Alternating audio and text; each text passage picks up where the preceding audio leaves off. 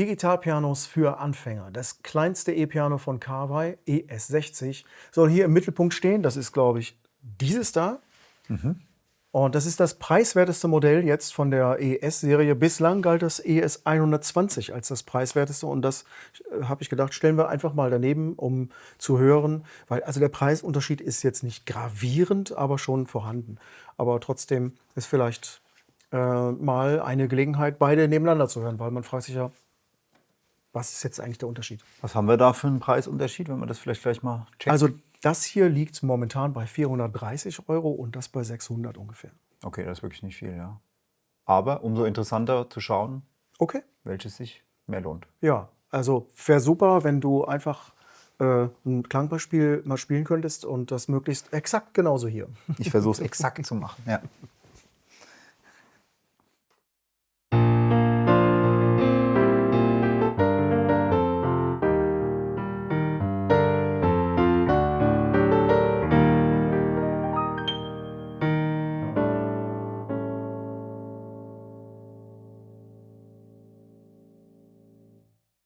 Okay. Ja? Also ich kann für jetzt schon mal sagen, das ist ein klassischer Carvai-Sound. Würde ich auch sagen, wie ja. man den aus Digitalpianos von Carvai kennt. Genau. So.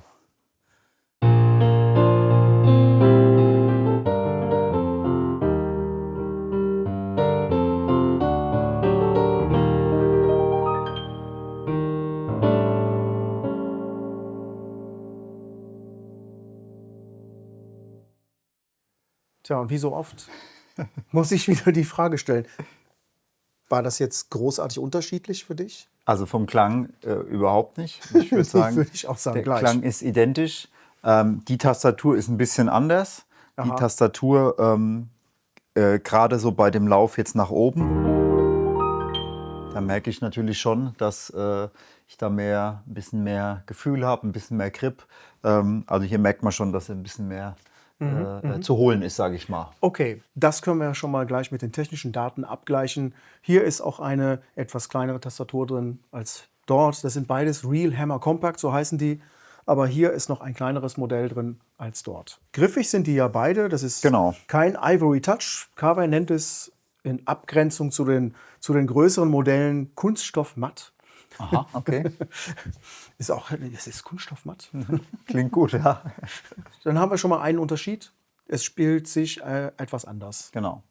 Ja, jetzt ist die Frage, ob wir auch noch mal den Klassiktest vielleicht machen. Okay, ich würde das auch gerne mal, um das mal einfach nachzuvollziehen.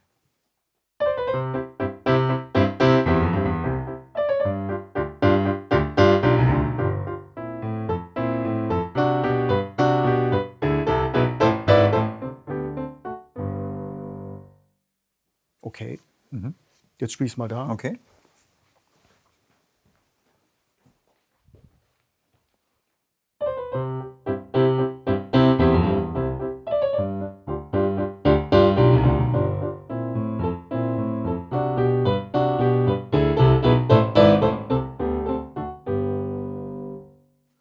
Gut, ich würde es so beschreiben, hier habe ich ein bisschen mehr Widerstand von den Tasten. Genau. Also es spielt sich für mich hier vertrauter irgendwie. Also ich mag das ganz gerne, Ja. dass da so Widerstand von den Tasten kommt. Das ist sehr leichtgängig, Ja. würde ich es beschreiben.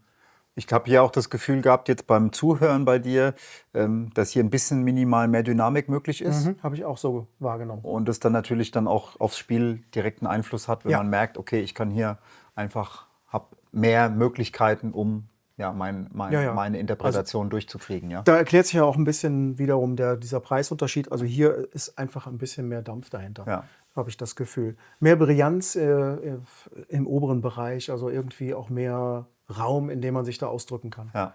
Und das ist schon, ich würde schon sagen, also auch erstaunlich für Instrumente in dieser Preisklasse, dass das überhaupt so funktioniert. Also es sind auch diese Carvai-Klänge.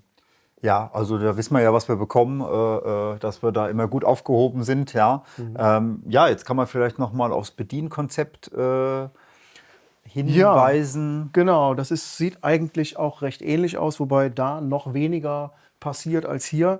Hier gibt es Taster für Transpose, für Piano, E-Piano, Others. Bluetooth gibt es sogar hier. Master Volume, ja, Function und dann werden viele Sachen wahrscheinlich über die Tastatur hier eingestellt. Okay, ich habe hier wenig Tasten zur Auswahl.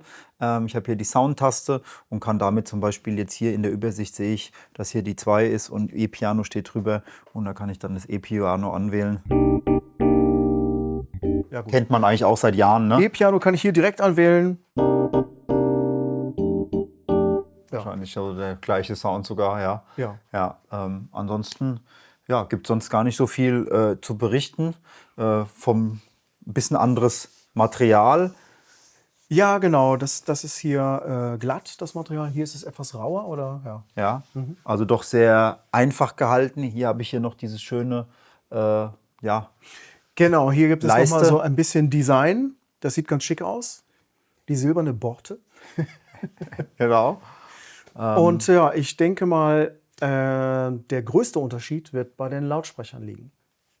Und da bringen wir jetzt mal unser Stereomikrofon wieder ins Spiel Genau. und hören uns die Lautsprecher an. Denn bislang haben wir hier aus den Ausgängen haben wir den Sound gehört. Und das ist eben das, was man auch auf dem Kopfhörer dann hört, wenn man am Instrument spielt. So. Genau.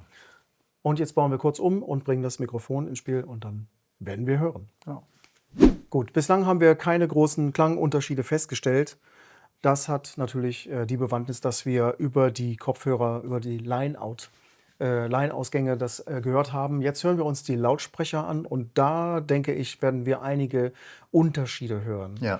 So, bevor du anfängst zu spielen, möchte ich noch loswerden, wenn ihr Fragen habt zu unserem Test-Setup, zu dem Mikrofon und so weiter, dann nutzt gerne auch die Kommentarfunktion und lasst gerne auch ein Like da oder ein Abo. Und wir machen weiter mit dem Lautsprechertest. Genau.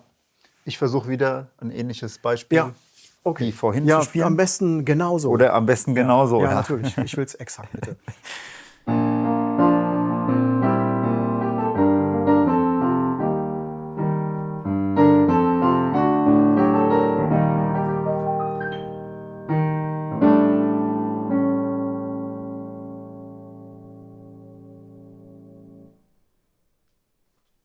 Hat doch einen schönen Ausklang. Ja, gut. Aber wenn man jetzt so den Klangvergleich hört, also das möchte ich gleich schon mal loswerden. Bei diesen kleinen Instrumenten, da darf man jetzt auch wirklich keine Wunder erwarten, was da an den Lautsprecher so rüberkommt. Ja. Ja, also ist Gut, darüber haben wir auch ein extra Video gemacht. Genau. Das findet ihr übrigens auch in der Beschreibung unten unter diesem Video nochmal extra verlinkt. Da geht es um Digitalpianos und Kopfhörer und da wird erklärt, warum ist dieser Unterschied eigentlich da. Genau. Und jetzt spiele ich das Klangbeispiel auch nochmal aus Klassik. dem Klassikbereich.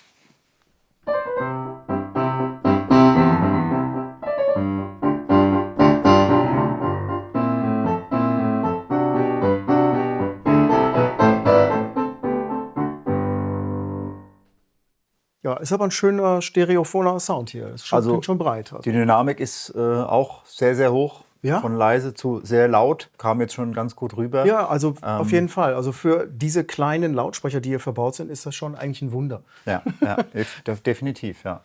Okay, probieren wir das ES 120 noch.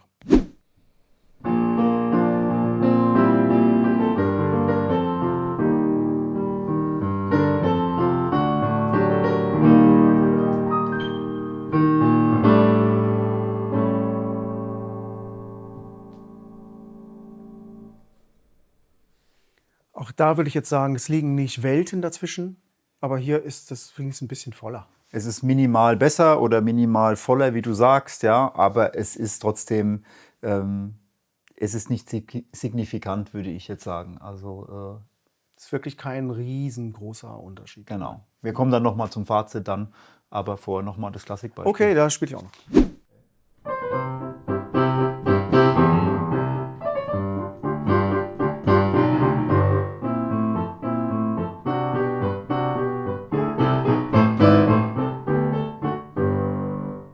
Ja, tatsächlich. Also ich kann das jetzt auch so bestätigen. Es klingt hier ein bisschen voller, habe ich das Gefühl, aber es ist jetzt also nicht der gravierende Unterschied. Ja.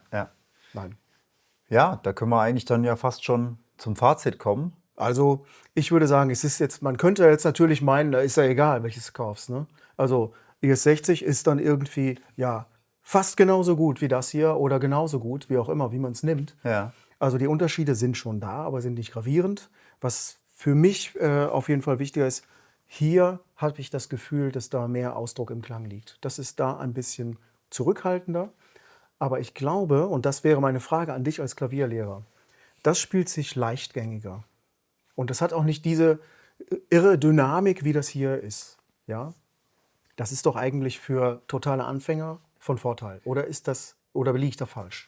Ja, also da gehen natürlich auch so die Meinungen immer etwas auseinander. Viele Experten oder selbsternannte Experten wollen natürlich einen authentischen Klavierklang und der geht natürlich einher mit einer Klavier- oder Flügeltastatur, die schwer zu spielen ist, aber viele haben natürlich damit Probleme, weil das natürlich ja, für die Finger anfangs nicht einfach ist. Deswegen ist natürlich auch so ein Instrument nicht nur aus spieltechnischer Sicht, sondern auch preislich immer natürlich am Anfang eine Überlegung, wie lange bleibt man dabei, man weiß das nicht. Man weiß Und da es ist nicht. natürlich das ES60 ein guter Einstieg, wenn man auf diese ganzen Dinge verzichten kann. Ja? Ja, ich glaube, das ist auch ein ganz wichtiges Argument. Man könnte auch sagen, wenn du mit einem akustischen Klavier anfängst, da fragt dich auch niemand, soll es ein bisschen leichter sein? Ja.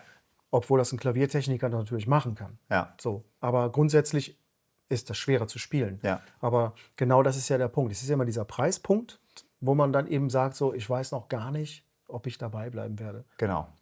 Und in dem Fall ist das ein gutes Einsteiger-Digitalpiano mit integrierten Lautsprechern und es ist halt einfach auch sehr portabel, sehr leicht und man hat eigentlich keine Probleme, das auch irgendwie zu transportieren. Meine Empfehlung im heutigen Test ja, ist der etwas größere Bruder. Mir gefällt die Tastatur etwas besser. Sie gibt doch Geht mir auch etwas so. mehr her und man kann da auch schon pianistisch auch schon mehr machen für Leute, die vielleicht auch einen Ticken weiter sind und für den ein bisschen mehr an Preis, der hier aufgeschlagen wird, finde ich das eigentlich ein faires Angebot und man kriegt dann natürlich noch ein bisschen bessere Optik plus eine einfachere Bedienung. Also das sind so in Summe für mich eher die Argumente ja, für das 120er. Ja. Auf jeden Fall. Beide, finde ich, sind als Zweit-Keyboard für professionelle Leute schon, so für den Proberaum Genau. oder so, kann man die beide auch empfehlen. Ist es völlig okay. Ja, für Trauungen oder wenn man mal einen Lautsprecher braucht für wenige Gäste. Für ganz schnell unterwegs. Genau, für ganz schnell unterwegs. Ja, aber mein Favorit ist heute das 120er. Ja, bin ich auch dabei.